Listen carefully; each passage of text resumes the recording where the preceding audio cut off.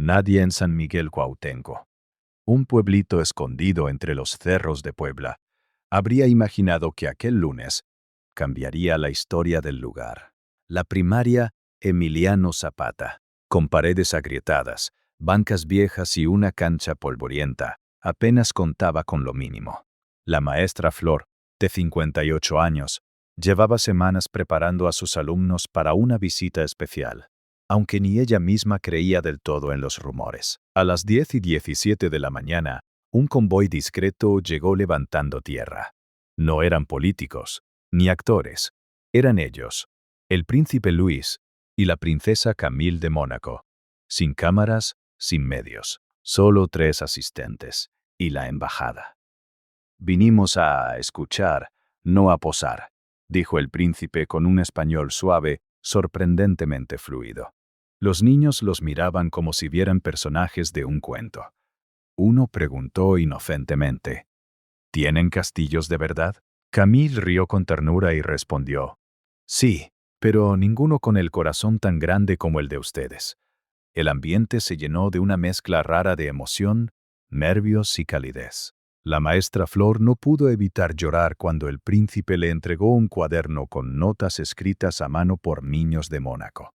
Pero lo que más sorprendió a todos no fue su presencia, sino lo que ocurrió después. Mientras caminaban hacia el aula de 3er grado, el príncipe Luis se detuvo bruscamente frente a un mural descolorido pintado por los niños hace años. Se acercó lentamente. Su rostro cambió. Puso la mano sobre un dibujo específico. Nadie entendía qué pasaba, hasta que el príncipe murmuró algo que dejó a todos helados. «Este dibujo, yo ya lo había visto antes». La tensión en el patio era palpable. Los niños dejaron de correr. Los maestros se miraban entre sí, sin saber si intervenir o quedarse quietos. El príncipe Luis mantenía su mano sobre el mural, como si el contacto lo transportara a otro lugar, a otro tiempo. «¿Qué sucede, Su Alteza?», preguntó la embajadora mexicana con cautela. Luis no respondió de inmediato. Sus ojos recorrían la pintura infantil, con una mezcla de asombro y nostalgia. Era una escena sencilla. Un campo, un niño con una mochila rota y una paloma blanca sobre un cactus. Pero lo que le quitó el aliento era lo que estaba escrito abajo, en letras torcidas de crayón. «Para quien vea con el corazón, el mundo no tiene fronteras». El príncipe sacó lentamente de su saco una vieja libreta de tapas negras. La abrió. En una de las páginas estaba el mismo dibujo, mismo trazo, misma frase. «Este mural es igual al que encontré en una escuela destruida en África cuando era voluntario hace 8 años», explicó con voz baja. «Pensé que era una creación única de aquel niño». La maestra Flor se acercó, sorprendida. «Pero este mural lo hicieron nuestros alumnos hace 6 años. Fue idea de Mateo, un niño que nunca regresó después de mudarse al norte». Camille lo miró fijamente. «¿Crees que ese Mateo sea el mismo niño que conociste?». Luis asintió lentamente. Tenía una sonrisa imposible de olvidar, y hablaba de México como si fuera un paraíso perdido. Un silencio profundo cubrió el patio. Pero antes de que alguien pudiera decir más, un niño al fondo del grupo gritó: «Señor, yo conozco a Mateo, es mi primo, volvió hace 2 semanas y está aquí en el pueblo». Los ojos del príncipe se agrandaron. La historia, que parecía un acto protocolario, tomaba un rumbo inesperado. La revelación cayó como rayo en el cielo, despejado de Puebla. El príncipe Luis giró hacia el niño que acababa de hablar. Un pequeño de ojos brillantes y cabello revuelto, con la camisa del uniforme medio salida del pantalón. «¿Cómo te llamas?», preguntó Luis, acercándose con interés genuino. «Me llamo Emiliano, y Mateo es mi primo. Se fue hace años, pero regresó hace poquito. Vive con su mamá al otro lado del cerro». Los asistentes del príncipe intercambiaron miradas. Aquello se salía completamente del protocolo. Camille sonrió, captando la emoción que hervía en el aire. «¿Podrías llevarnos con él?», preguntó ella, agachándose a la altura del niño. Emiliano asintió con entusiasmo. «Sí, pero hay que caminar. No entra coche por ahí». Sin dudar, los príncipes aceptaron. La comitiva improvisó el camino. Dejaron la escuela entre murmullos y celulares levantados. Algunos padres comenzaron a seguirlos con curiosidad. La noticia se esparcía como pólvora. Los príncipes van al cerro a buscar a un niño. Tras casi media hora subiendo por senderos de tierra entre nopales y casitas de adobe, llegaron a una pequeña vivienda con techo de lámina oxidada. Una mujer salió sorprendida al ver tanta gente. Su expresión cambió al ver a Emiliano y a los visitantes extranjeros. ¿Se encuentra Mateo?, preguntó Luis con voz suave. La mujer se cubrió el pecho con la mano. Sí, está adentro. ¿Por qué lo buscan? Antes de que nadie respondiera, un joven de unos 13 años apareció en la puerta. Su mirada se cruzó con la del príncipe, y en ese instante ambos se congelaron. Mateo dio un paso atrás, como si reconociera al hombre frente a él. Luis avanzó lentamente, sacando del bolsillo la hoja con el dibujo. ¿Fuiste tú quien me regaló esto en Senegal? ¿Hace 8 años? Mateo tragó saliva. Su voz fue apenas un susurro. ¿Usted es el señor del campamento? Mateo bajó la mirada, como si una avalancha de recuerdos lo envolviera de golpe. El príncipe Louis, por su parte, parecía luchar contra la emoción. Ambos se habían conocido años atrás, en medio de una tragedia que ninguno había logrado olvidar. Tú eras el niño que compartía su pan con los demás, dijo Luis con voz quebrada. Aun cuando no tenías nada, dabas todo. Mateo asintió con timidez. Y usted me regaló un cuaderno nuevo. Fue lo único que llevé cuando tuvimos que huir. La madre de Mateo los miraba sin entender del todo. ¿Usted fue el voluntario que lo cuidó en África? ¿El que lo ayudó a escapar del campo? Luis sonrió con tristeza. No sabía que había logrado llegar tan lejos, ni que México lo había abrazado así. Camille, que observaba todo desde un rincón, se acercó con lágrimas en los ojos. Se arrodilló frente a Mateo y le dijo: «Tu dibujo nos cambió la vida». Estuvo colgado años en la oficina de Luis. Cada vez que dudaba de su propósito, lo miraba. Mateo no supo qué decir. En su mundo nuevo, entre montañas poblanas y tortillas calientes, había intentado olvidar aquella etapa oscura. Pero ahora entendía que su historia no había terminado. Solo estaba tomando otro rumbo. Yo también lo recordaba, dijo finalmente, pero pensé que era imposible volver a verlo. Luis colocó una mano sobre su hombro. Nada es imposible, Mateo. Tú eres la prueba. Un silencio cálido envolvió al grupo. Hasta los vecinos, que miraban desde lejos, sintieron que algo especial estaba ocurriendo. Pero justo cuando todo parecía calmarse, un sonido rompió el momento. Era el celular de uno de los asistentes, una llamada urgente desde Mónaco. El rostro de Luis se endureció al escuchar las palabras del otro lado de la línea. ¿Qué pasó?, preguntó Camille, preocupada. El príncipe colgó lentamente. Tenemos un problema, y Mateo podría ser la clave para resolverlo. El silencio que siguió a la llamada fue inquietante. Luis, aún con el teléfono en la mano, parecía procesar la información con una mezcla de preocupación y asombro. Camille lo miraba esperando una explicación. «¿Qué sucede?», insistió ella. «Es extraño», respondió Luis al fin. «Acaban de encontrar algo en el Palacio Grimaldi, algo que tiene relación con Mateo». Todos se quedaron atónitos. «¿Conmigo?», preguntó el joven incrédulo. El príncipe asintió. Una caja fue descubierta detrás de una biblioteca antigua.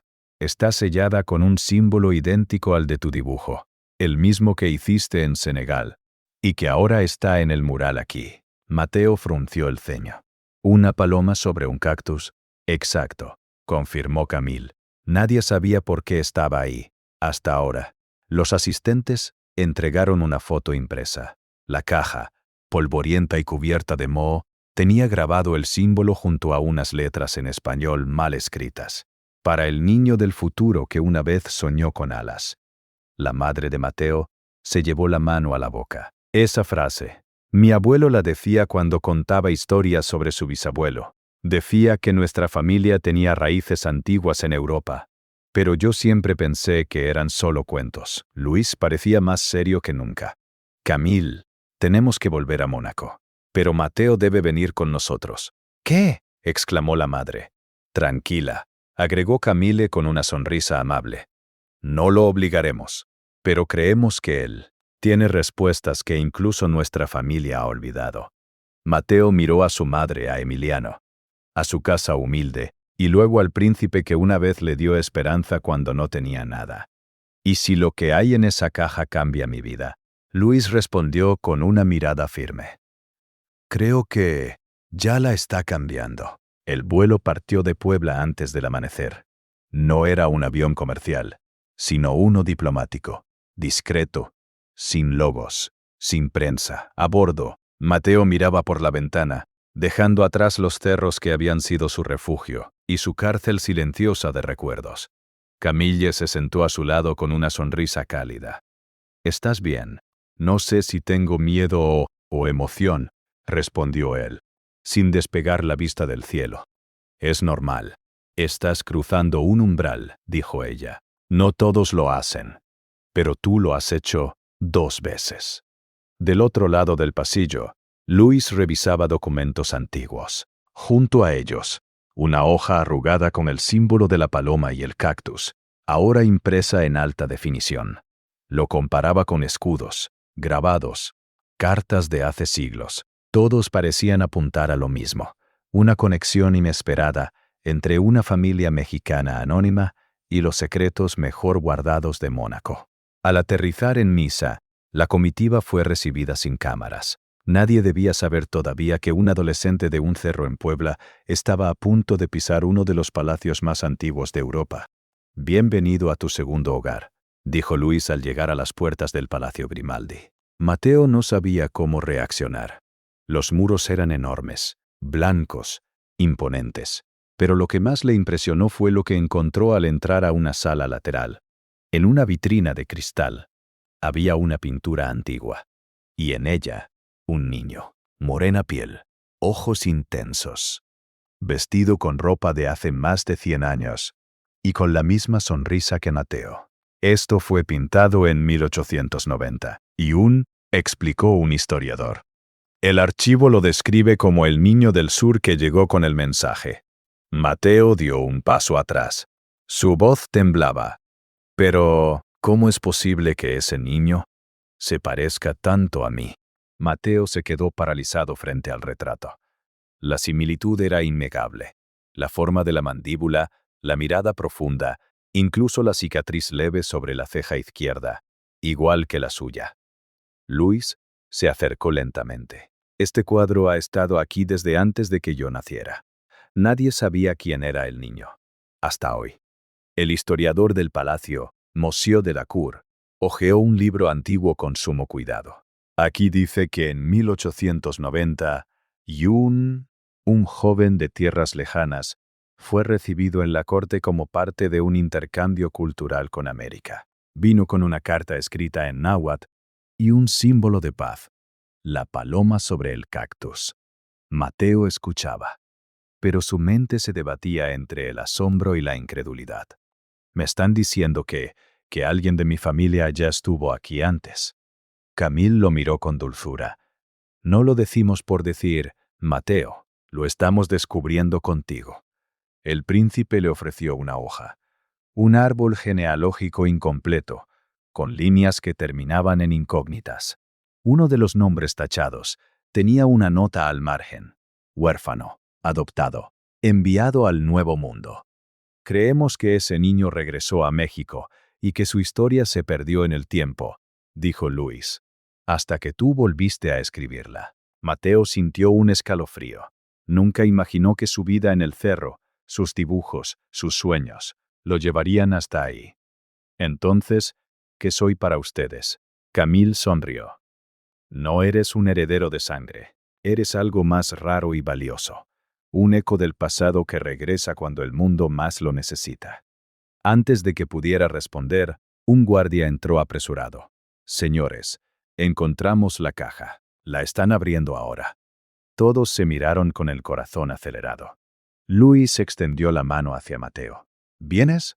Este misterio solo puede resolverse contigo». El sótano del Palacio Grimaldi Temía un olor a humedad y a historia encerrada. Techos bajos, paredes de piedra y vitrinas con objetos que no se mostraban al público. En el centro de la sala, un grupo de expertos rodeaba una mesa metálica. Ahí estaba la caja, de madera oscura, con herrajes oxidados y el símbolo grabado a fuego. La paloma sobre el cactus. Hemos verificado la antigüedad, dijo un archivista. Tiene más de 130 años, no hay duda. Mateo la observaba como si viera una parte de sí mismo atrapada en el tiempo. ¿Puedo abrirla yo? Luis asintió con firmeza. Es tu historia, Mateo. Nadie más tiene ese derecho. Con manos temblorosas, el joven deslizó los ganchos metálicos. El crujido de la madera al abrirse pareció suspender el aire. Dentro había solo 3 objetos: un cuaderno con páginas amarillentas, una carta sellada con cera roja y una pequeña figura tallada en obsidiana. La misma paloma. Mateo tomó el cuaderno y lo abrió con cuidado. En la primera página, una frase escrita con caligrafía antigua lo hizo contener la respiración. Para quien tenga el valor de volver, sabrá que nunca se fue del todo. Las siguientes páginas estaban escritas en español mezclado con náhuatl. Contaban la historia de un niño mestizo enviado a Europa como embajador del alma indígena, educado en los valores del viejo mundo, pero que jamás olvidó sus raíces. Es la historia del niño del retrato, dijo Camille, con los ojos vidriosos. Luis abrió la carta con delicadeza. Tras leer unas líneas, su rostro cambió. Mateo, el autor de esta carta, firmó como Tzinacantli y dice que algún día su descendiente regresará para recordar a Europa lo que ha olvidado. La humildad de los orígenes. Mateo levantó la vista. En sus ojos no había ya temor, sino determinación. Entonces, por eso estoy aquí. Luis respondió con voz baja pero clara. Tú no viniste por accidente. Viniste porque esta historia te estaba esperando. Mateo pasó la noche en una habitación del palacio, sin poder pegar los ojos. Sobre la mesa, el cuaderno antiguo seguía abierto en la misma página. Aunque no comprendía todo el náhuatl, algo en esas palabras le hablaba directo al corazón, como si su sangre recordara lo que su mente no podía. A la mañana siguiente, Luis y Camille lo esperaban en el jardín privado. Allí, entre flores ordenadas y fuentes de mármol, el príncipe le entregó un sobre. Esto llegó esta madrugada desde la Universidad de Historia de París, explicó. Confirmaron que el autor del cuaderno sí existió. Fue un niño enviado desde Veracruz en 1889 y vivió en este mismo palacio por 5 años. Luego, desapareció del registro. Mateo frunció el ceño. ¿Desapareció? Camille asintió. Lo último que se sabe es que dejó una carta diciendo que regresaba a México, para salvar algo más importante que su propio nombre. Luis se levantó. Lo condujo hacia una sala que no aparecía en ningún mapa. Una cámara secreta, al fondo del ala oeste del palacio. Lo que vas a ver aquí nunca ha sido mostrado a nadie fuera de la familia, dijo en voz baja. Al abrir la pesada puerta de madera, Mateo se encontró con una especie de santuario. Murales con símbolos indígenas, códices, fotos antiguas. Y en el centro, una escultura que le cortó la respiración. Era el mismo rostro del niño del cuadro, pero esculpido en piedra. Y sí, también era su rostro. No se trata solo de pasado, dijo Camille desde atrás. Hay pueblos enteros que han sido borrados de la historia. Y tu llegada ha despertado preguntas que nadie se atrevía a hacer. Mateo respiró hondo. Por primera vez, entendió que lo que empezó como una visita a una escuela en Puebla podía cambiar algo mucho más grande. ¿Y ahora qué hago?, preguntó. Luis sonrió. Ahora tienes que decidir si quieres continuar el camino que él comenzó o cerrarlo para siempre. Las campanas del Palacio Grimaldi sonaron suaves esa tarde. Mateo caminaba por los pasillos como si cada paso lo acercara no solo a la historia, sino también a una parte de sí mismo que nunca supo que existía. Camille lo acompañaba con una mirada protectora. Cuando tú llegaste a Puebla, eras un niño sin pasado claro. Ahora, el pasado entero te llama por tu nombre. Mateo se detuvo frente a un espejo antiguo. Se vio reflejado, pero también vio algo más. Vio la imagen de aquel niño de hace más de un siglo, como si el tiempo hubiera dejado una copia viva. ¿Por qué yo?, preguntó. Soy solo un niño del cerro. Nunca soñé con palacios. Luis apareció tras ellos con una carpeta en la mano, porque a veces el destino no elige al más fuerte, ni al más sabio. Elige al que no tiene miedo de hacer preguntas. Abrió la carpeta. Dentro había documentos de la UNESCO, fundaciones culturales y cartas de líderes indígenas de América Latina. Muchos pueblos originarios siguen sin voz, pero tú tienes una, dijo el príncipe. Eres el único con el linaje, la historia y ahora la oportunidad. ¿Oportunidad de qué? Camille dio un paso adelante. De ser un puente entre Europa y América, entre el mundo antiguo y los olvidados. Mateo guardó silencio. Pensaba en su escuela en Puebla, en Emiliano, en su mamá, en los cuadernos rotos, en los sueños que nadie escuchaba. Si hago esto, no lo haré como príncipe. Lo haré como Mateo, el niño que alguna vez dibujó una paloma sobre un cactus. Luis sonrió con orgullo. Exactamente así debe ser. En ese momento, el sol atravesó los vitrales, iluminando el mural de fondo. La paloma volando entre dos continentes. El destino ya había trazado el camino.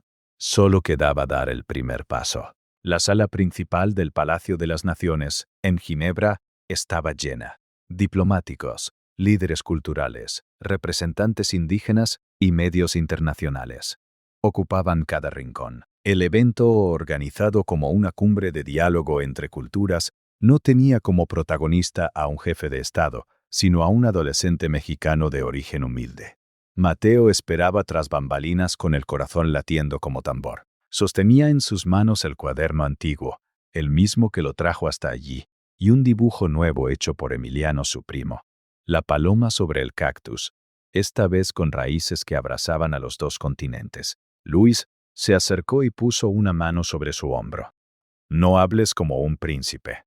Habla como el niño que fuiste. Es a él a quien el mundo quiere escuchar. Camille le ofreció una sonrisa cálida y le susurró. No estás solo. Lleva contigo a todos los que alguna vez fueron silenciados. Mateo asintió, respiró hondo y salió al escenario. El murmullo se detuvo al instante.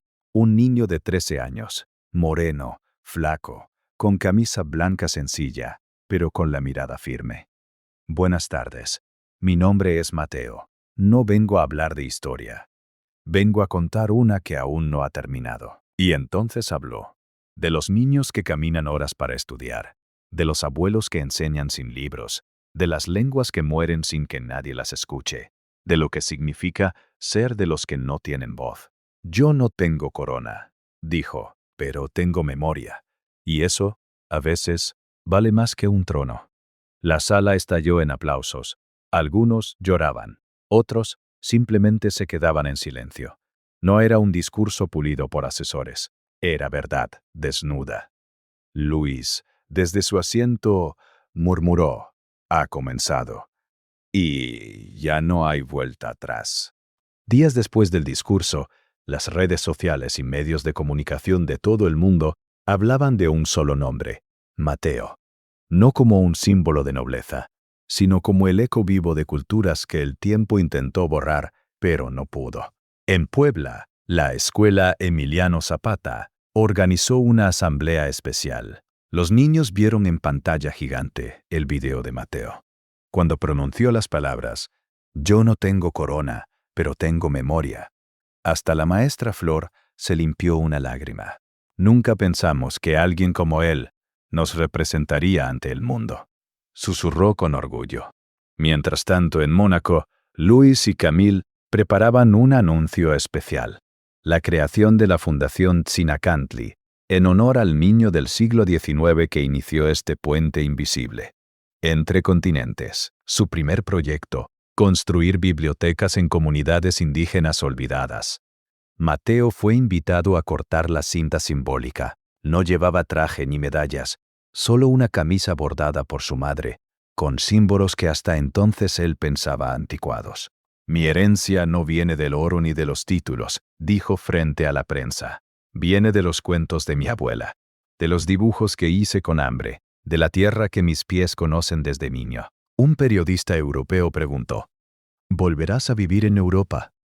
Mateo sonrió. No, mi lugar está donde empezó todo, en el cerro. Pero ahora llevaré conmigo cada rincón que me enseñó a mirar el mundo distinto. Luis lo abrazó fuerte. Gracias por recordarnos que las raíces no se ven, pero sostienen todo. La cámara capturó el momento justo, un niño y un príncipe, unidos no por sangre, sino por historia. Una historia que cruzó el océano, no una, sino 2 veces. Y, mientras la paloma del mural seguía volando en el corazón de miles, Mateo, el niño invisible, se convirtió en voz de generaciones enteras. Pasaron semanas desde el histórico discurso. Sin embargo, el impacto apenas comenzaba. En escuelas de América Latina, maestros comenzaron a rescatar símbolos indígenas en las aulas. En Mónaco, por primera vez, el Día de las Lenguas Originarias fue celebrado con niños mexicanos leyendo poesía en náhuatl. Pero más allá de la política y los homenajes, algo mucho más profundo estaba ocurriendo. Mateo regresó a San Miguel Cuauhtémoc con una libreta nueva bajo el brazo. No era un regalo de los príncipes ni una edición especial. Era suya, llena de dibujos, ideas, sueños y un proyecto: crear un espacio donde los niños pudieran ver el mundo con el corazón. Con la ayuda de la Fundación Tzinacantli, construyeron una pequeña biblioteca comunitaria. No tenía mármol ni cúpulas, pero sí murales hechos por los propios niños, libros en lenguas indígenas y una mesa redonda donde cada voz era escuchada. Un día, Emiliano, su primo inquieto, le preguntó, ¿y ahora qué vas a hacer? Mateo lo miró, pensativo. No sé si cambie el mundo, pero quiero asegurarme de que ningún niño vuelva a sentirse invisible. Camille, que había vuelto de visita sin prensa ni protocolo, abrazó a Mateo al escuchar eso. Has sembrado algo que ni el tiempo podrá borrar, le dijo. Aquel niño que cruzó el océano, no por conquista sino por conciencia, había vuelto no como héroe, sino como sembrador. Y cada vez que alguien preguntaba por qué un príncipe eligió ir a una escuela olvidada en un cerro, la respuesta era simple: porque ahí, entre tierra seca y bancas rotas, encontró a un niño que no sabía que era legado vivo de 2 mundos. Un niño que eligió no quedarse en el pasado, sino convertir su historia en faro. Para los que aún caminan en la oscuridad. Una mañana nublada, Mateo recibió una carta inesperada. No venía con sellos reales, ni con membrete oficial. Estaba escrita a mano con tinta azul y letras torcidas. Venía de un niño en Senegal. Hola, me llamo Ndei. Vi tu vídeo desde un celular que compartimos en mi aldea. Mi maestra lloró. Yo también. Dibujé tu paloma y la puse en la puerta de mi escuela. Ahora, todos quieren saber quién eres. Mateo apretó el papel contra el pecho. No era famoso, no era político, pero su historia ya no le pertenecía solo a él. ¿Te das cuenta?, le dijo Camille cuando leyó la carta. Ya no hablas solo por los tuyos, hablas por los niños del mundo. Días después, Mateo volvió a Mónaco, esta vez como invitado especial de la Asamblea de Naciones Jóvenes. Allí, frente a representantes de más de 40 países, presentó el Manifiesto del Corazón, una propuesta simbólica escrita por él, y cientos de niños de comunidades rurales, marginadas y olvidadas. No pedimos caridad, dijo con firmeza desde el podio. Pedimos memoria, educación con raíces, respeto sin mapas y libertad para soñar, aunque nuestras paredes se estén cayendo. Cada palabra era una semilla, y algunas ya empezaban a florecer. En Bolivia, una escuela cambió su nombre a Mateo de los Pueblos. En Tailandia, una comunidad indígena adoptó el símbolo de la paloma para su proyecto de alfabetización. En Francia, niños urbanos comenzaron a intercambiar cartas con niños rurales mexicanos. Luis lo miraba desde el fondo del salón, sin decir palabra. Sabía que Mateo ya no era solo el niño que encontró un secreto, ahora era un catalizador. Camille se le acercó y susurró: ¿sabes qué es lo más poderoso de todo esto? Mateo sonrió. que empezó con un dibujo. Ella asintió, y que aún no termina. Pasaron 3 años, desde aquella primera visita a la primaria en Puebla.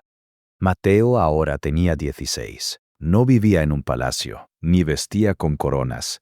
Seguía usando su camisa bordada, caminando descalzo cuando podía, y escribiendo en cuadernos reciclados. Pero su nombre había llegado más lejos de lo que él jamás imaginó.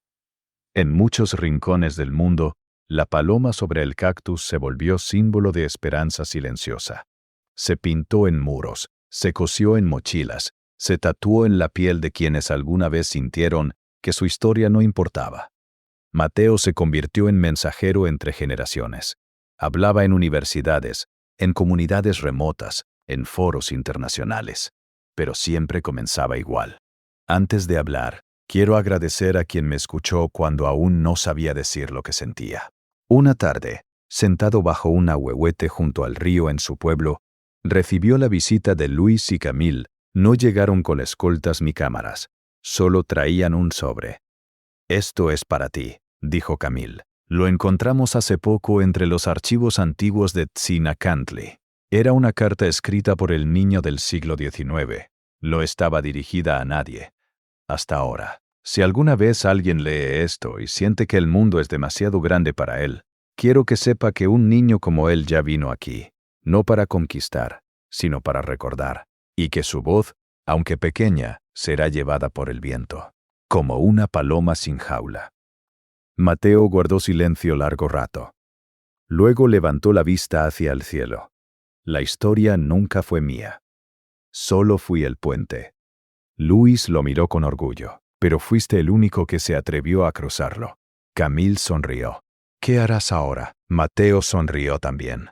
«Ahora, dejaré que la paloma siga volando. Y ayudaré a que otros aprendan a volar también». Y así, sin himnos ni aplausos, la historia terminó como empezó, con un niño, un dibujo y un mensaje que ningún océano podrá detener.